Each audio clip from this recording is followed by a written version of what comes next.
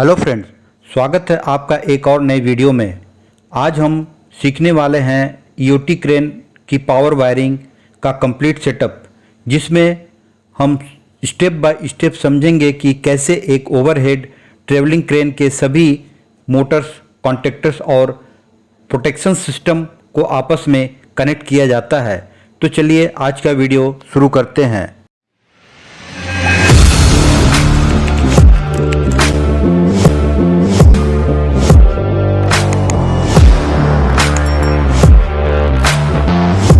EOT crane की power wiring करने के लिए हमें एक एमसीसीबी यानी मोल्डेड केस सर्किट ब्रेकर, जो ओवरलोड, शॉर्ट सर्किट या किसी भी तरह का फॉल्ट होने पर ट्रिप होकर पूरी सप्लाई को तुरंत ईओटी क्रेन की सर्किट से आइसोलेट कर देता है ताकि इलेक्ट्रिकल डैमेज ना हो सके।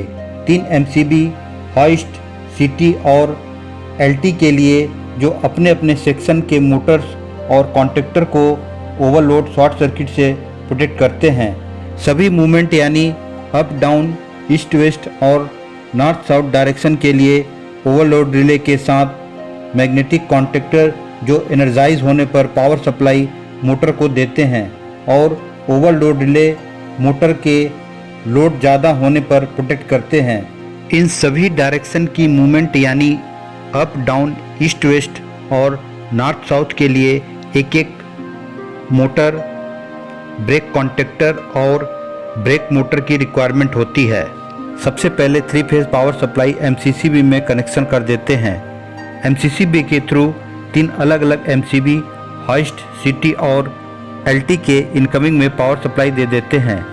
हॉइस्ट एमसीबी के आउटगोइंग से अप कॉन्टैक्टर और ओवरलोड रिले के through 3 phase power supply hoist की मोटर में जोड़ देते हैं।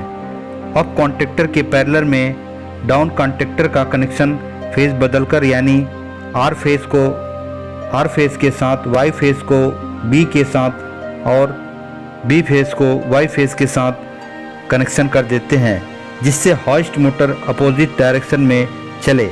ओवरलोड रिले के पैरेलल में आर, वाई और ब्लू फेज सप्लाई को ब्रेक कॉन्टैक्टर से जोड़ते हुए ब्रेक मोटर को दे देते हैं। फ्रेंड्स, जब अप कॉन्टैक्टर इंगेज होता है तो ओवरलोड रिले के थ्रू हॉइस्ट मोटर को 3 फेज पावर सप्लाई मिलती है। इसके साथ ओवरलोड के पैरेलल में जुड़े ब्रेक कॉन्टैक्टर के थ्रू ब्रेक मोटर को भी 3 फेज सप्लाई मिलने लगती है, जिससे क्रेन का हुक ऊपर उठने लगता है। हैवी लोड लिफ्ट करते समय अगर हॉइस्ट मोटर ज़्यादा करंट लेता है तो ओवरलोड रिले इसे सेंस करके सप्लाई कट देता है ताकि हॉइस्ट मोटर की वाइंडिंग जलने से बच जाए। ब्रेक मोटर हॉइस्ट मोटर चलने के साथ ही चलता है, जिससे ब्रेक खुल जाता है और क्रेन का हुक स्मूथली ऊपर की ओर उठता है। हॉइस्ट मोटर बंद होते ही ब्रेक मोटर भी चलना बंद हो जाता है, जिससे ब्रेक जकड़ लेता है और लोड अपने आप नीचे स्लिप नहीं होता। चूँकि डाउन कॉन्टैक्टर का फेज सीक्वेंस हमने बदल दिया है, इसलिए इसको एनर्जाइज होने पर करंट का डायरेक्शन रिवर्स होता है और हॉइस्ट मोटर उल्टी डायरेक्शन में चलती है, जिससे क्रेन का हुक नीचे आने लगता है। इस समय भी हॉइस्ट मोटर चलने के साथ ब्रेक मोटर भी चलता है और ब्रेक खुल जाता है। हॉइस्ट मोटर बंद होने पर ब्रेक मोटर भी बंद हो जाता है और ब्रेक पकड़ लेता है।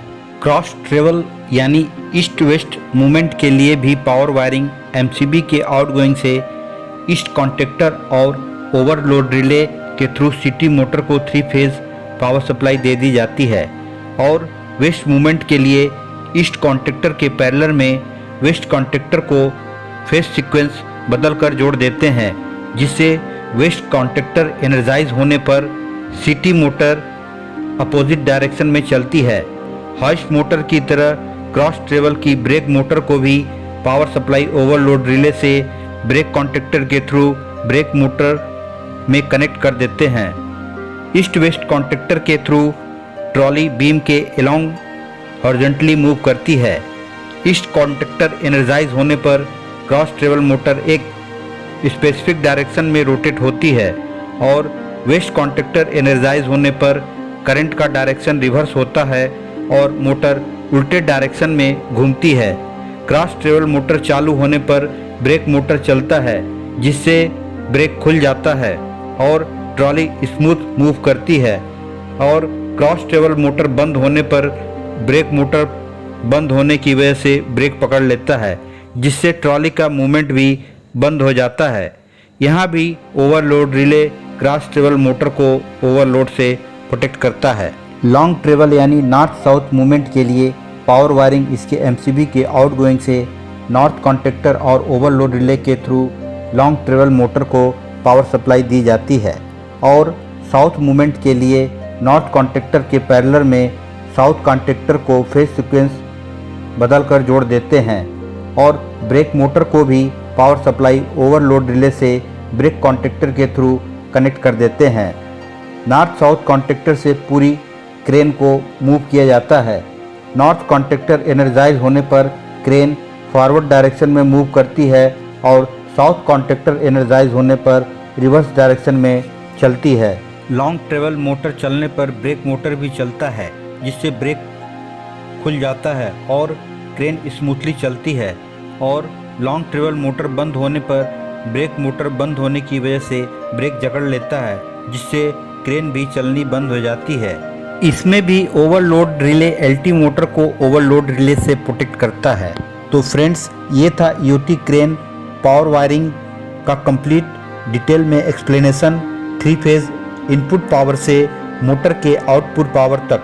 अगर आप इलेक्ट्रिकल टेक्नीशियन हो या क्रेन मेंटेनेंस फील्ड में काम करते हो तो यह डायग्राम आपके लिए यूज़फुल है, जिसे देखकर आप किसी भी ईओटी क्रेन की पावर वायरिंग समझ सकते हो और ट्रबल शूट भी कर सकते हो।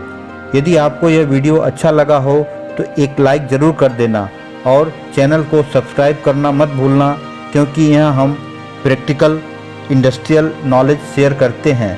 Thanks for watching.